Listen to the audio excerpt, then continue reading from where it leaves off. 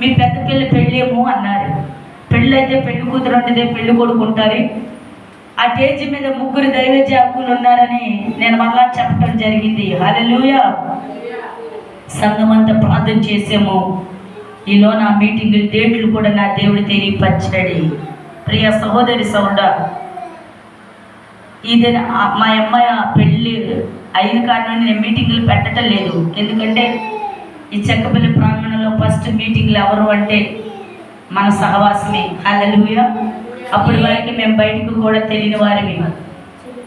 అలాంటిది ఇక మేము మా పిల్లలు పెళ్ళి అయిన తర్వాత మీటింగ్లు ఆగిపోయే వరకు మా మీటింగుల గురించి తెలియదని చాలామంది వేలనిగా చూడటం.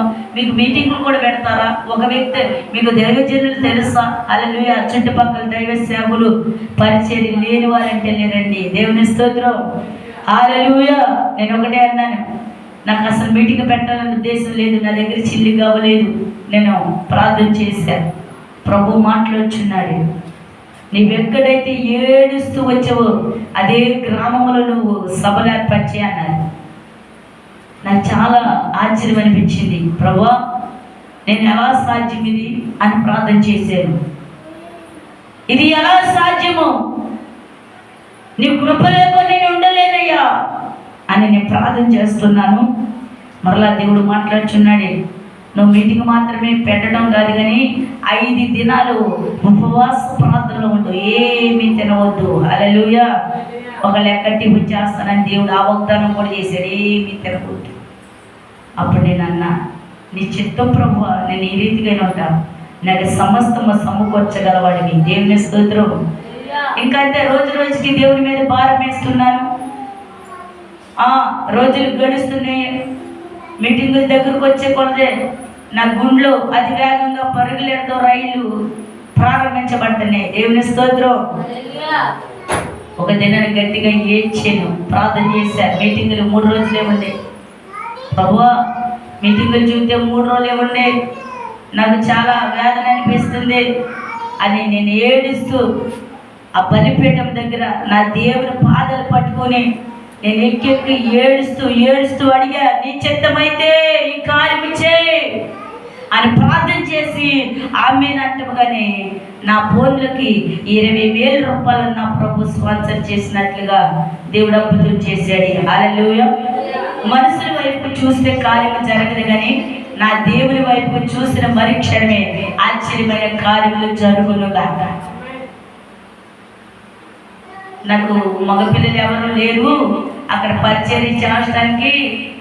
అయ్యా, ఇది నీ చిత్తమై ఉండాలనుకున్నాను.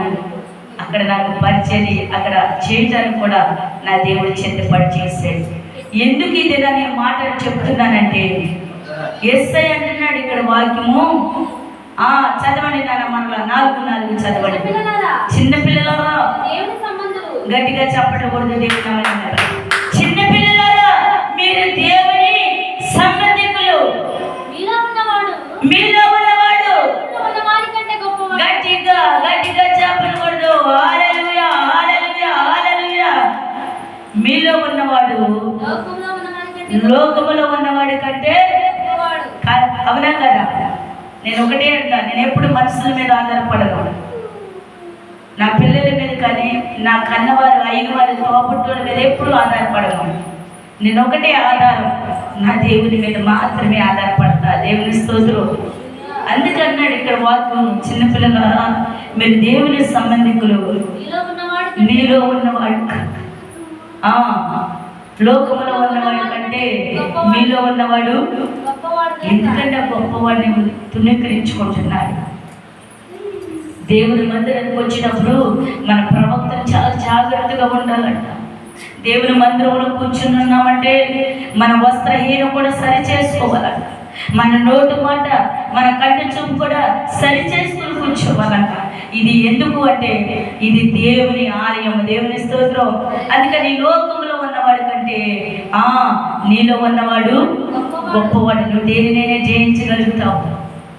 చుట్టుపక్కల ప్రాంగణం అంతా కూడా వర్షం, గాలి, తుఫాను వచ్చిన నా దేవుడు సజీవుడిగా ఆ స్థలంలో నిలబడ్డాడు. దేవుని స్తోత్రం.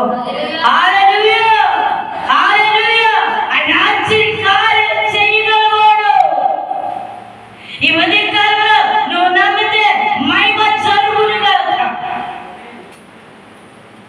కృప నీకు తోడుగా ఉండాలంటే నీవు ఆయన ఆధారం చేసుకోవాలి. హల్లెలూయా. నేను ఒకటే అంటా, మనుషుల మీద కాదు మన భారం, ఆయన మీద వేయాలి. నేను ఒకసారి ఆ సెంట్ పాల్స్లో మీటింగ్ పెట్టాం, మనం గుర్తుందా మీకు? భయంకరమైన వర్షం, జీజే సబ్రం గారి వచ్చారు అక్కడ కూడా.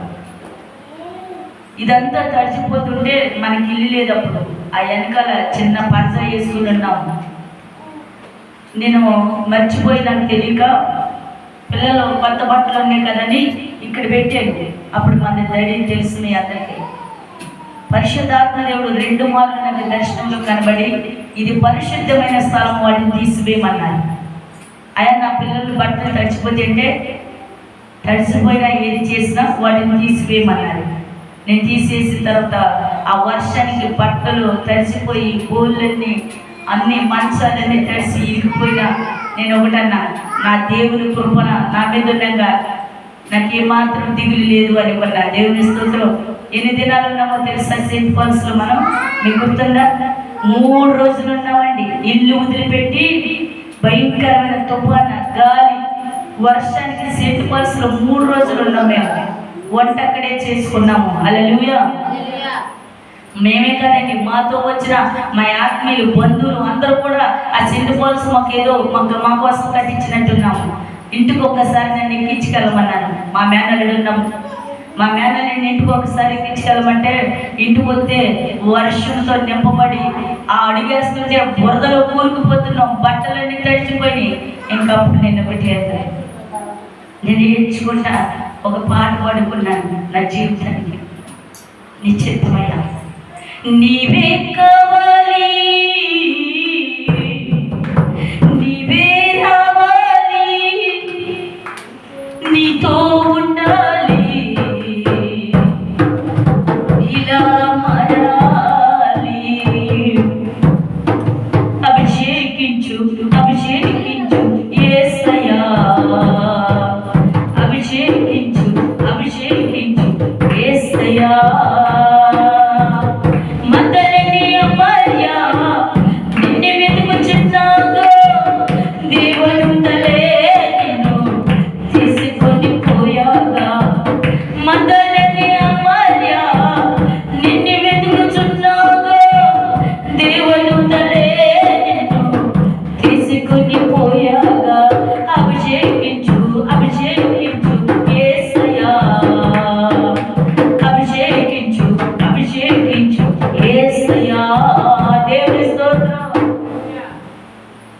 నేను మా మేనల్ని అన్నా, కొద్ది నిమిషాలు బయట నుండు, నేను ఒకసారి లోపలికి వెళ్తాను అన్నాను. హల్లెలూయా.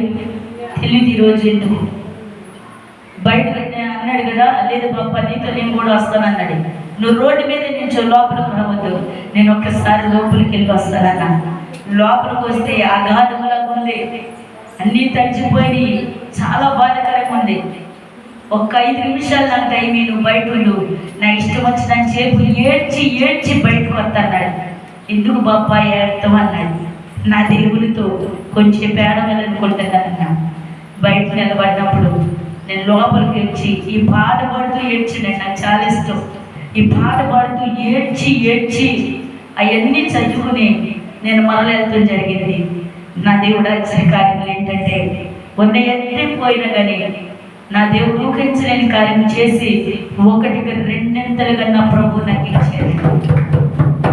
నువ్వు కృంగిపోతున్నావా? నా జీవితంలో ముందుకెళ్ళలేను, నా వ్యాపారంలో నష్టపోతున్నా, నా గర్భబలంలో నష్టపోతున్నా, అప్పులని ఊపిలో కూరుకుపోతున్నా, సమాధానం లేని పరిస్థితి, నెమ్మది లేని పరిస్థితిలో నేను కోల్పోతున్నా అనుకుంటున్నావా? ఈ ఉదయకాలం నేను శుభవార్త నా ప్రభునితో మాట్లాడుతున్నాడు. అగాధముల నుండి లేపి నిలబెట్టుదురుగా. ఆయన నమ్మదగినవాడు. అందుకని అంటున్నాడు, ఈ లోకములో ఉన్నవాడి కంటే నీలో ఉన్నవాడు గొప్పవాడు. ఆ గొప్పవాడు మర్చిపోయి కొన్ని మాట వల్ల తునీకరించబడుతున్నాం. నెమ్మది లేని పరిస్థితులు, సమాధానం లేని పరిస్థితులు, ఎవరితో ఎలా మాట్లాడాలో, ఎక్కడ ఎలా నిలబడాలో తెలియని ఒక మూర్ఖ హల్లెలూయా. ఎంత గొప్ప మాట అండి. చిన్నపిల్లలారా, మీరు దేవుని సంబంధికులు. ఈ లోకములో ఉన్నవారి కంటే మీలో ఉన్నవాడు. ఆ గొప్పవాడిని ఎందుకు తునీకరించుకుంటున్నారు? ఆ గొప్పవాడిని ఎందుకు విడిచిపెడుతున్నారు? ఆ గొప్పవాడు నాలో ఉన్నవారు కాబట్టి ఈరోజు నా దేవుడు నన్ను అధికమైన కార్యంతో నిలబెట్టాడు. దేవుని స్తోత్రం. హల్లెలూయా. ఆయన విడిచిపెట్టే దేవుడు కాదు, కురుంగిపోనిచ్చే దేవుడు కాదు, ఆయన లేవనెత్తగల దేవుడు. దేవుని స్తోత్రం. నేను లాస్ట్ మాట చెప్పి ముగించేస్తాను. దూరముగా నిలబడ్డాడు కుష్ఠరోగి. తన కుష్టు వచ్చిందని ఊరి బయట నుండి వెలివేశారు. ఆ బండ సందిని ఎక్కడో నివాసం ఉంటూ ఉండేవాడు. దేవుని స్తోత్రం. హల్లెలూయా. ఆ బండ సందిని నివాసం చేస్తుంటే యేసు ప్రభువు వారు జన సమస్య మధ్య నుండి ఆయన